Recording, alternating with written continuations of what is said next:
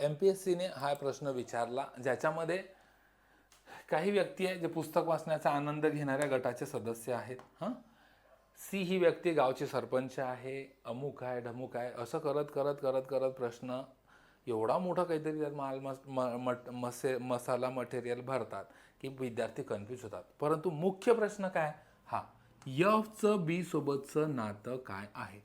मग या ठिकाणी विद्यार्थ्यांना फक्त यफ आणि बी हे दोनच गोष्टी दिसल्या पाहिजे. मग यफशी रिलेटेड कोणतं वाक्य आहे रे, तर बघा यफशी रिलेटेड वाक्य आहे, यफ ही व्यक्ती पकवाज वाजवते आणि ती अविवाहित आहे. मग अविवाहित व्यक्ती कोणाचे वडील असतील का, अविवाहित व्यक्ती कोणाचा नवरा असू शकतो का, अविवाहित व्यक्ती कोणाची पत्नी असू शकते का, नाही. मग आलं उत्तर, पुरेशी माहिती दिलेली नाही. बाकी कोणत्या गोष्ट वाचायची गरज नाही. हे एक वाक्य आणि त्याच्याशी संबंधित वाक्य, एवढ्यावर वजन बसतं, एवढ्यावर उत्तर येतं. क्लिअर आहे. इतक्या सोप्या पद्धती आहेत, परंतु विद्यार्थी काय झाला आता इतका म्हणजे हे वाचतो हे करतो. माझं म्हणणं यार तुझं आहे तुझं पाशी तरी तू जागा भुललाशी.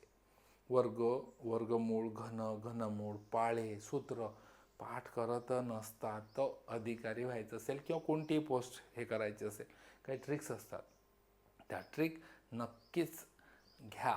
एवढंच बोलून थांबतो म्हणजे